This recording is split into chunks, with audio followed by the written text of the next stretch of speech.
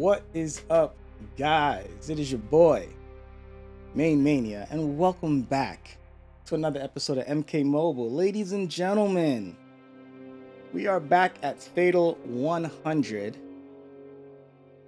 and I just finished eating some pizza. I gotta be honest, where I live has some of the best pizza in the country. Actually, where I live has 6 different pizza restaurants that have been rated top 10 in the entire country. We are basically the pizza capital of the country, and I just had a glorious pizza. It was so good. I had bacon and onions, which is my favorite toppings on pizza, with extra pecorino. Now, my question to you guys is, what is your favorite toppings on pizza? Today's question of the day, not MK Mobile related. What are your favorite toppings on a pizza? If someone was gonna buy you a pizza and they said, hey, listen. What do you want on this pizza? It's on me. What are you asking for on your pizza? Let me know.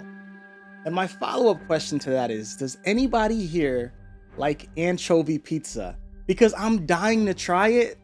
I've heard great things and I have heard horrendous things. But I am dying to try a good anchovy pizza. You know, I grew up a Ninja Turtle fan. So when it comes to anchovies and pizza, I was always very, very, very skeptical. But I'm hearing some good things. Like, I'm really hearing that it's really not that bad. If anybody says pineapple, I'm banning you from the channel. Pineapple does not go on pizza, okay? It does not go on pizza. Argument over. Moving on. I've been playing, I got some new farming teams now. Right now I'm working on Joker's special 1s and 2s, and I have to say, man, I was talking to Taken about it in Discord, and I honestly think Joker is probably a top 10 diamond in the game. Whatever shadow buff he just got with his cards being able to intercept and basically get thrown out almost on command, the combination of that with his normal combos plus his unstoppable grab on special 2, Joker is a force. Like, Joker is strong, y'all. He is strong. I don't know, maybe it's just me. Like, my Joker's not too high. I think he's halfway there. He's like Fusion 5 now. But I think he is very strong. I can see him actually like being a really strong damage dealer. And having really good combos. And I don't believe that the bosses are immune to his cards, which is another plus, because then he could basically debuff the bosses. I don't know. I'd have to test all that out. Obviously I don't have him up high enough where I would entertain using him in a boss fight, but maybe it'll happen in the future. But ladies and gentlemen, we're back at Fatal 100. And we're sticking with the Scarlet trio because they still need their katana kills. In the first Battle 100, the Scarlets were at 345 katana kills, and at the end of today's battle we'll see where they are, but I think they're getting close, and we're gonna have to replace this trio with Piercing Melina, Vampirus Melina, and Lizard Jade being the last 3 characters in the game for me that need their katana kills. Everybody else has gotten them. All my other Jades have, all my Melinas have, and so has Sindel. So those are the last 3 characters I have left that don't have all 500 katana kills. And so anxious to start working on those because I don't like killing my boo katana. It hurts me inside. So equipment probably is a little bit different in today's episode. Not really sure where to call it. We're kind of just rocking along, to be honest with you. Not really paying too much attention to who's getting what pieces. I know in today's episode, let's get out of auto. In today's episode, we have the incurability piece on MK11 Scarlet. And that's because this witch is going to be, Assassin Scarlet is going to be my main damage dealer. So she's never going to have power. And right now, I need to cause incurable, but I'm not going to generate enough power. And we didn't do any damage to her already, so that's completely okay with me. We'll see if we can get a special... I'll cancel. You little shit, mate. We're gonna do this anyways. Even though she blocked it, it's still gonna cause incurable. Oh, how'd you block everything? So we'll still have incurable, and we'll be able to finish her off with a special one because our equipment is just too high. Like I said before, I honestly am not paying as much attention to the builds and even the gameplay, to be honest with you, because my equipment is too high in this tower. It really has taken the fun and the challenge out of it for me. Does that mean I'm gonna not use my equipment? No, it's teaching a lesson, you know, to be honest with you guys. And anyone that knows my history with this game knows that, you know, I was a fully 1000% free-to-play player for my first 5-6 years playing. And after that, I started doing tap joys.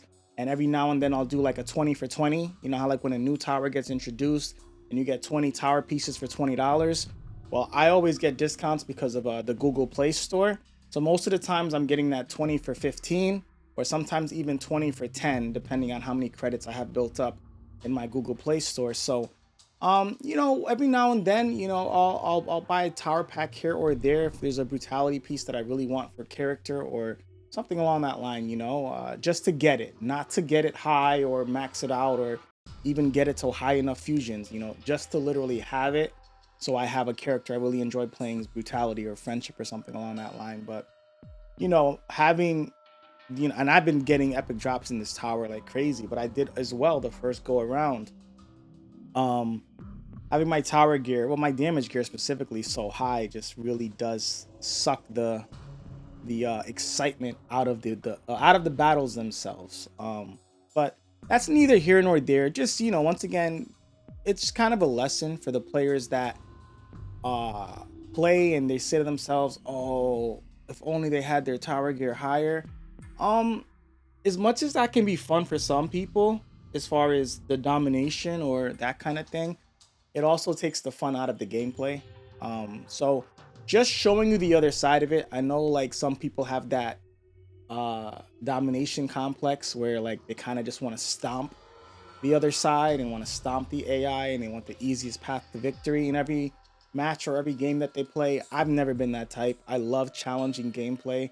I love when things are hard. I've actually been debating for one of my upcoming playthroughs what difficulty I want to play on, because the biggest part of me wants to play it on the hardest difficulty, but I also know that that will probably be a nightmare because I've heard it's really, really hard, and then I still have to edit my gameplay for YouTube. So for a playthrough, it may not be as smart to do it that way, but for a live stream, that would make a lot more sense because it doesn't matter how many times I die on a live stream. I'm having fun with my audience and having fun with, you know, the followers and subs. So that's a big thing I'm debating right now. My mic is in a pretty good state, as I stated before. Very happy with how easy it's been to edit these episodes for you guys since I got my new mic and new equipment to you know, give me better audio. So feeling better about that. I don't have to do like 90% of the audio editing I did before. It's so much easier and I'm so happy and thankful for that. It did cost me some money, but at the end of the day, I feel like it's money well worth spent because I was just spending way too much time getting my audio to, you know, high quality sounding levels. So feeling good about that. I'm actually trying to learn a new process right now as well. Still audio related, just to kind of save myself some of the work and normalize my audio a little bit, because sometimes my voice can go a little bit quiet and sometimes it can go a little bit high, but when I use certain effects, it brings and introduces audio artifacts. So that's kind of like, you know, editing stuff and like, you know, behind the scenes post-production type stuff, but I'm still working on things is the point. Always working on trying to make things better, trying to improve the quality for you guys, trying to improve as much as I can to keep, you know, the quality as high as possible for you guys, for my viewers. So hopefully you know, some of you guys can appreciate that little behind the scenes take. But that being said, guys, how many katanas do my Scarlets need? Survey says, ooh, they're at 481 now. So from 345 to 481, two Fatal 100s ago. So that just goes to show you guys, you know, I be working on my feats of strength, okay? Your boy be working on his feats of strength. So they should be out of there in no time. I would anticipate within the next 2 days or so, we'll have all of those katana kills, and it'll be time to work on those last 3 golds, which doesn't do me any great because once Edenian Blood Sindel gets introduced into the game, we're gonna have to do that 500 all over again.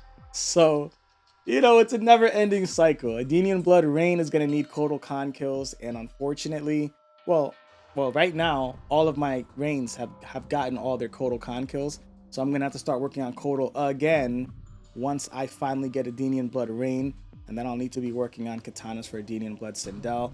Do I know it's gonna be Sindel? No, I do not know, but it's the only thing that makes sense. She's the Queen of Edenia, where Rain is the prince and Katana is the princess. It just makes sense. You don't want to go Melina because she's a half-blood, and there are already 3 gold Melinas in the game. You don't want to go Tanya. There are already 3 gold Tanyas in the game. Sindel just makes the most sense, you know. Sindel makes the most sense. I've heard somebody saying that they may go who is it? I heard somebody saying they may go Sub-Zero because apparently Sub-Zero, his lore says that he was a descendant of Edenian blood, but I'm not really sure about all that. Like I never played Sub-Zero, you know, Mythologies, that game, and you know, I don't really remember all of the Mortal Kombat games' endings coming up where they talked about Sub-Zero's background and parents and such. But I thought that was very interesting to learn that apparently Sub-Zero is of Edenian descent, and he's, you know, an Earth Realm warrior, but of Edenian descent. I could be completely wrong on that. If I am wrong, let me know what the truth is in the comment section below. I just remembered reading that and saying to myself, wow, I never knew that. So so much lore with MK because they keep changing the story every 2-3 games.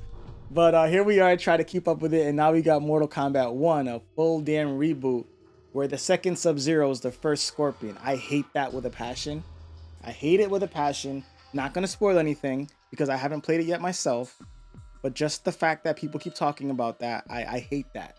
I wish they would have just left Hanzo alone and let Hanzo be, you know, Scorpion, as he always was, and let the second Sub-Zero, if anything, remain as Tundra. Like, I just really wish they would have just did something different there without swapping around the Scorpions and Sub-Zeros. I find that so weird, and it almost sounds like they ran out of creativity. But ladies and gentlemen, I've kept you waiting long enough.